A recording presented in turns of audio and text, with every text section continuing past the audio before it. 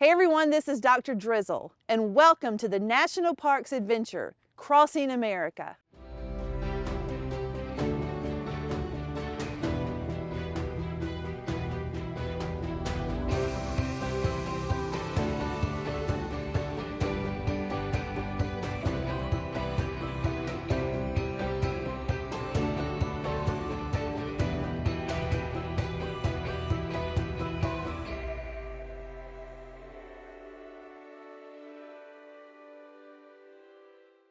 Today we're at Kennesaw Mountain National Battlefield Park in Kennesaw, Georgia. A special thanks to the National Park Foundation for their collaboration.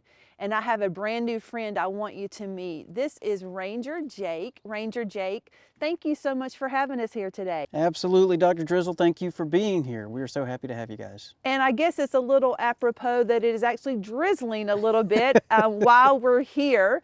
We're excited to introduce this park to our kids around the country. But before we do that, I'm interested to know a little bit about your background and how you got into the National Park Service. Absolutely, thank you for asking. So, it started, I will say, after I graduated high school. I didn't quite, as some people may understand, I didn't quite know what I wanted to do. So I was kind of working a few odd jobs, and then I met a young man that was actually in school, and I asked what he was in college, and I asked what he was doing for the summer, and he said that he was going to Alaska to work with the National Park Service and actually work in biological research up there. And I thought that sounded so cool. And I asked him what his major was in college, and he said that he was an outdoor recreation major. And I said, well, now I know what I wanted to do. And I did a little research, and it seemed like it just checked all the boxes that I didn't know I had. And so I started my undergraduate degree as a recreation major, and I graduated with after about 4 years or so, graduated with a natural cultural resource management or outdoor recreation degree, undergraduate. And then a few years later, I started graduate work with the University of Montana in wilderness management. Around that time, to get my feet wet with the National Park Service, I actually had an internship with the Student Conservation Association at Natural Bridges National Monument in the southeastern corner of Utah. And that just really reinforced my love for the National Park Service. I started my graduate work, and I found this job that on usajobs.gov for Kennesaw Mountain National Battlefield Park. It was still in my home state of Georgia, and it looked really interesting, and I applied, and I've been here ever since. And this is the best job I've ever had. I love that. And I love that you were inspired by someone that you had just met, right? Absolutely. And they encouraged you to try this. And I think that's a good thing for our kids to know, that sometimes other people can be our inspiration. Absolutely. Now, did you love history as a child? And I will be completely honest with you, Dr. Drizzle, I did not. I thought it was interesting, but it was not my favorite subject. I was actually more interested in outdoors and ecosystems and kind of environmental stuff. I loved camping, and I felt like that was a good jumping off point. And so I knew that I anticipated maybe a challenge coming to a battlefield park. But when I got here, it's great that you said find an inspiration from other people. The other rangers that were already here and very knowledgeable volunteers quickly showed me that history was not only important, vitally important, but fascinating. And so I became what I would call an amateur history buff upon arrival here, and I've never looked back. I love that. Well, we are here at Kennesaw Mountain National Battlefield Park, and there's so much history here. There's so many natural resource things here, but we want you to tell us about this park and how it became part of the National Park Service. Sure. So, and I know it's kind of like taking a sip from a fire hose when you talk about these special places, and we have history that goes so far back. In North Georgia, of course, as many of the other special places, national parks you visited, national park sites, was home to Native Americans as far back as some believe 400 AD. Specifically in this area, we have evidence just north of here in the Etowah Indian mounds of the mound builders of the Proto Creek that were here. That takes us, that civilization takes us almost all the way up to the 1500s, where we get the first kind of European settlement done by the Spanish, Hernando de Soto. And unfortunately, that wipes out a lot of the Native Americans in the area. The remaining tribes kind of band together, and we get the Creek. We get the Creek Indians that were kind of in this area, and that takes us. The Creek Indians kind of inhabited this general part of North Georgia up until the 1700s, when more European settlement kind of pushes the Cherokee Indians down into Creek territory, and we have some fighting between that. The Cherokee kind of take over, and they're here in this general area largely up until the 1830s. So what's happening kind of between then is we have even more European settlement moving into the area, and then we have, of course, a big gold rush that happens further north of here in Dahlonega. Now, while that meant wealth, that also meant kind of more conflict between the white settlers, the European settlers, and the Cherokee that were still here. And unfortunately, in the late 1830s, just after Cobb County is established in the early 1830s, we have the Trail of Tears, which you guys may have heard about, which is the forced removal of the Cherokee to reservations in Oklahoma, further west. And after that, the Cobb County area kind of began to kind of blow up, and we have a lot of farming, a lot of agriculture happening here, subsistence farming, and it just kind of builds and builds. The population of Cobb County builds all the way up until the 1860s. In the 1860s is where our major story, I say major story, what the park kind of began, begins, and that is the Civil War. The American Civil War starts, of course, in 1861 officially, and Civil War comes to Georgia, comes to Kennesaw Mountain in 1864. So you have the Battle of Kennesaw Mountain, June 27th, 1864, which is part of the Atlanta campaign, which was a major operation that brought Union soldiers from Tennessee all the way down to Atlanta in the summer of '64, in a major offensive against the Confederacy to try and end the war as quickly as possible. And of course, that was William T. Sherman's campaign for Atlanta. So the Battle of Kennesaw Mountain was one of the major battles that happened during that campaign. And after the battle, the forces kind of keep shifting further south. We are just, for the viewers at home, we are just north of Atlanta. So the forces move down, and we get the Battle of Atlanta a little bit later in the summer, and the fall of Atlanta in September, which is a major blow to the Confederacy. And Union forces occupy the city, and then of course after that, in December of that same year, we have the infamous March to the Sea, the William T. Sherman's March to the Sea, which takes Union forces all the way down from Atlanta, all the way to the southeast to Savannah, Georgia.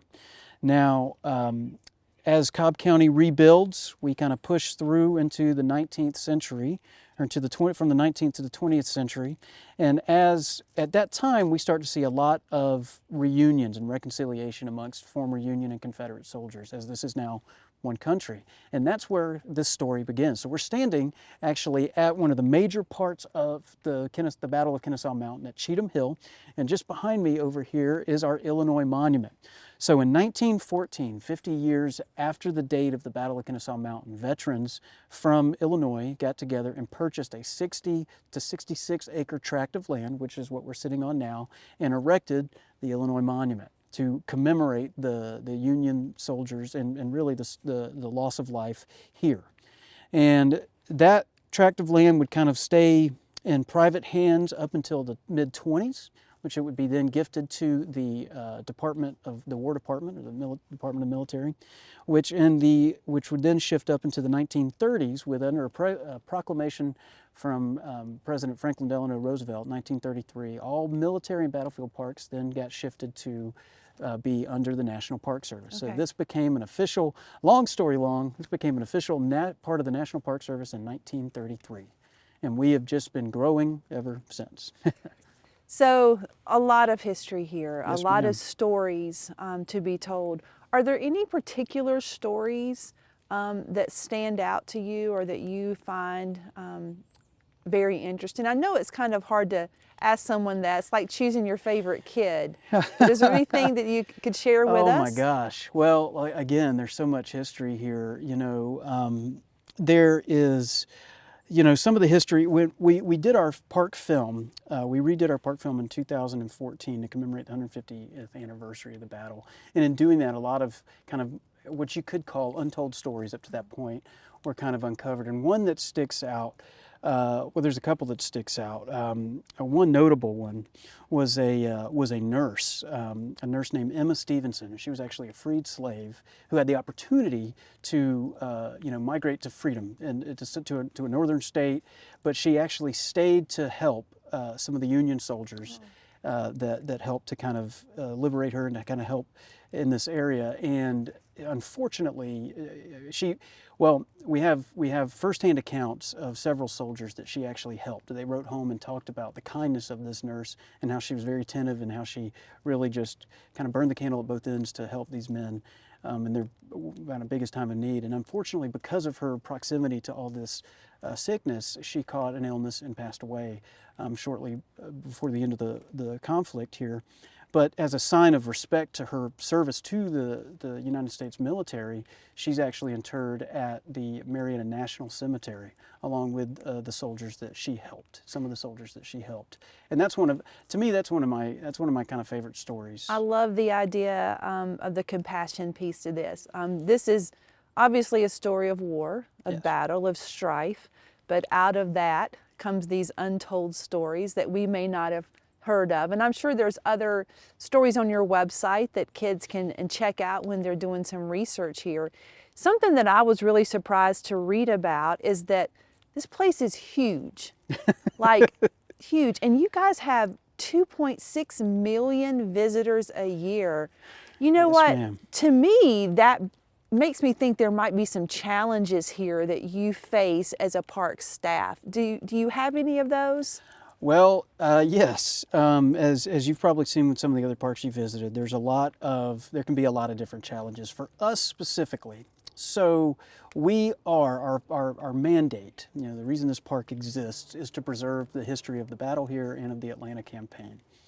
But what's also happened is Cobb County, the surrounding area around us, has grown exponentially. And that preservation also had a really fortunate side effect for the local folks, and that is green space, preserved green space. So as you guys probably traveled in the area, you've seen a lot of development around here. But Kennesaw Mountain has remained this beautiful tract, this contiguous green space. And it became, and it is today, the largest contiguous green space in metro Atlanta area. And what that means, we have 3,000 acres of green area and we have 22 miles of trail. And so that brings a lot of people that want to get out of the city, that want to kind of experience the joys, the restorative factors that come from nature. And so they come here. And I like to say we're very popular and we love that, but it does present challenges because our number one mandate is to preserve the history. And by preserving, that it doesn't always mean locking it up tight, but it does mean protecting. And that can go from anything from our monument to the earthworks surrounding the monument to the beautiful memorial field you see here. And the challenges that we see having such heavy visitation is that it's hard to continue to protect these resources because with the sheer amount of people, everybody has a different idea of kind of how they want to use their park. And we really celebrate that, but we also sometimes our missions butt up against that use. And it is a constant challenge, as I was kind of mentioning to you earlier, our trail system. So one of the things that we try to do is to maintain what we have already. And really improve upon our existing trail system and infrastructure as opposed to expanding it. Because expanding it would mean digging through earthworks, upsetting archaeological remnants, and kind of affecting the resource that we protect here. And so that challenge of keeping, just imagine you're trying to do more with less and you're trying to accommodate more visitation with what you've already got. And so that presented a few unique challenges for sure. And I would say that that is kind of the term loving us to death has been used before. So I'd say that's probably our biggest challenge. And it's also a military or a battlefield, so a cemetery, if you will, of places. So there's this sacredness or this respectful piece that we have to remember, and I'm sure sometimes people forget that because they're just running on the trails. Well, I'm so glad you brought that up. In essence, you hit the nail on the head. A national battlefield or military park is managed and on an agency from the National Park Service's standpoint is to be treated as a cemetery, hallowed ground, to be respected of what occurred here. And so when you look at this beautiful field, and this is a beautiful wide open field in a national park. So many people that come here see that, and they see picnics, they see football games, they see, you know, grilling out, they see hanging out with their friends, which again, we celebrate people enjoying their national park. But we also ask that the visitors, and we have signs, we have, I'll get to that in a second, but we ask visitors to kind of respect the hallowedness and the sacredness of places like this. And one of the ways that we try to really reach that is working with folks like you, and also my job as an interpretive ranger. You know, we provide programming, interpretive programming all over the park to teach folks that may not otherwise know about the resource that they've been jogging, walking their dogs, having picnics, to teach them what happened here, to give them, help make them more better stewards. And that goes from everything, again, from programs to signs to digital media. That's one of our biggest weapons in the fight against, you know, in the fight to educate the folks about their resource. Well, I have some ideas, and I want to share it with our kids to see if they can come up with anything to help you. Is that okay? Oh, absolutely. All right, kids. So we're at that time in our videos where we talk about what you're going to do to help this national park. We call it stewardship. So we're going to look at UN Global Goal number 11, which is sustainable cities and communities. And if you read through that goal deeply, you're going to find out it's all about protecting what we have and honoring the places that we are a part of. So knowing that the Kennesaw Mountain National Battlefield Park is in this area, and that millions of people come here every year to enjoy the park, but also to enjoy the recreation pieces around here. How can you think of ways that the national park, the staff here, can continue to interpret the history of the park and educate the people that are using this area? So it could be new signage. You could come up with a campaign that would encourage humans to be good humans while they're here. We also know that sometimes us older humans forget those ideas. So maybe you could direct your campaign towards the tiny humans, the ones that are coming up that will be protecting these parks in the future. Maybe you can come up with some wayside signage that gives people time to stop and reflect where they are, but you can write it from your point of view. Think about making this a scavenger hunt, if you will, of ways that people can stop while they're running, and they may have their kids with them, and they can read something, and they can do something as a family to add to the history of this place, or to learn more about the history of this place. This is going to be one of those ideas where you're going to need to do a lot of research. You're going to need to look at a map of this place and sort of see where it fits into this bigger picture. I believe, Ranger Jake, that you said it's about 3,000 3,000 acres of place. So this is a large place. I want you also to know that the maintenance, the people that run the facility, there's not a lot of them, and they take care of this entire place. So how can you encourage people when they have their dogs with them that they're not dropping the bags on the ground? I think it's more of, we're going to need the tiny humans to educate the big humans and teach us how to be better stewards. Now, we're further on up in our lifespan, but you guys are just starting. So this place is your future. You're going to bring your families here, your grandchildren here. I know it's hard to think about that, but you are. So I'm excited for what you may create. Ranger Jake, this could be something that you take to a big roundtable meeting with your staff. You may say, hey, we just got another idea. Oh, and you yes. actually share them. That's what we hope happens. And we've had some kids create some amazing wayside stations with quotes and poetry and stories and things that families can do right there while they're standing. So maybe they'll create some for you too. Oh, I cannot wait to see what they come up with. We are so excited. So when you come up with your ideas, your amazing ideas that you're going to share with Ranger Jake, share those on social media with us. Now you're going to see all the hashtags and social media credentials running across the bottom of the screen, but make sure you also tag the National Park Foundation with whom we collaborated on this event today. This is going to be exciting. I think that maybe in 10 years, because we know that ideas take a while to go Sure. through all the things that you have to think about, and then the building of the ideas.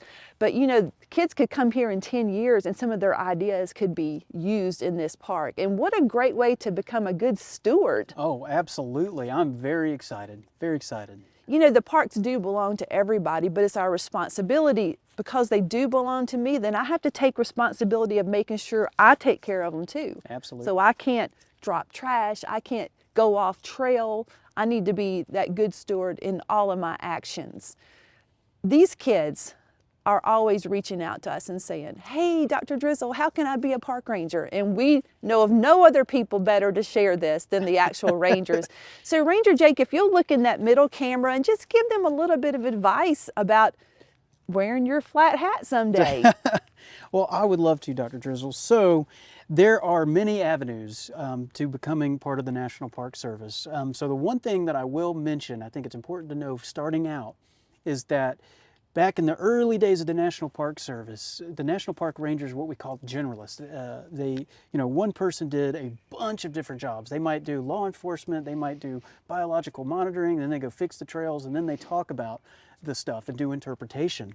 Now everything is a little bit more segmented. Not to say that we still don't have a lot of different jobs, but everything's a little more segmented. So the first step that I tell people in getting involved is you can't just jump in without knowing where you want to go. So I would say try to find a place that inspires you, a place that you like, your local museum, your local state or national park, and volunteer there. Or if you are in a position, if you're a little bit older, maybe a high school student, there are hundreds of different types of internships that you can apply for that might not be much paid, but are still paid internships that you can use to get involved. And those are the perfect ways to get started. And once you actually spend time at these places and kind of narrow down your wants and what you kind of want to do, then the sky's the limit. I mean, there's 420 plus national park sites, and by figuring out what you want to do at these places and then kind of networking, talking to those folks, and then really doing the research on where you want to go. I mean, starting from the ground up, again, the sky's the limit. You can apply for just about anywhere. So I would say that's the best way to get started, and maybe be one of my coworkers one day. I love that. Thank you for that advice. We say that when your passion and your purpose intersects, you find your mission for life or find your job for life. And they can put on their application, 10 years ago, I gave an idea to the Kennesaw Mountain National Battlefield Park, and they used it. And that might be an extra plus for them getting a job. You got it. I'd be more than happy to provide a reference. Well, thank you so much for allowing us to be here today. It is a little drizzly, Yes, but ma'am. it's still a beautiful place. There's great stories that need to be told here, and now our kids have a mission to try to help you with a challenge that you face. So thanks again for having us. Absolutely. Thank you, Dr. Drizzle. Thank you, kids, for joining us. If you're keeping count, this is number 130 of our national park videos in the last 4 years, and we're real thankful to all the rangers that have made this possible.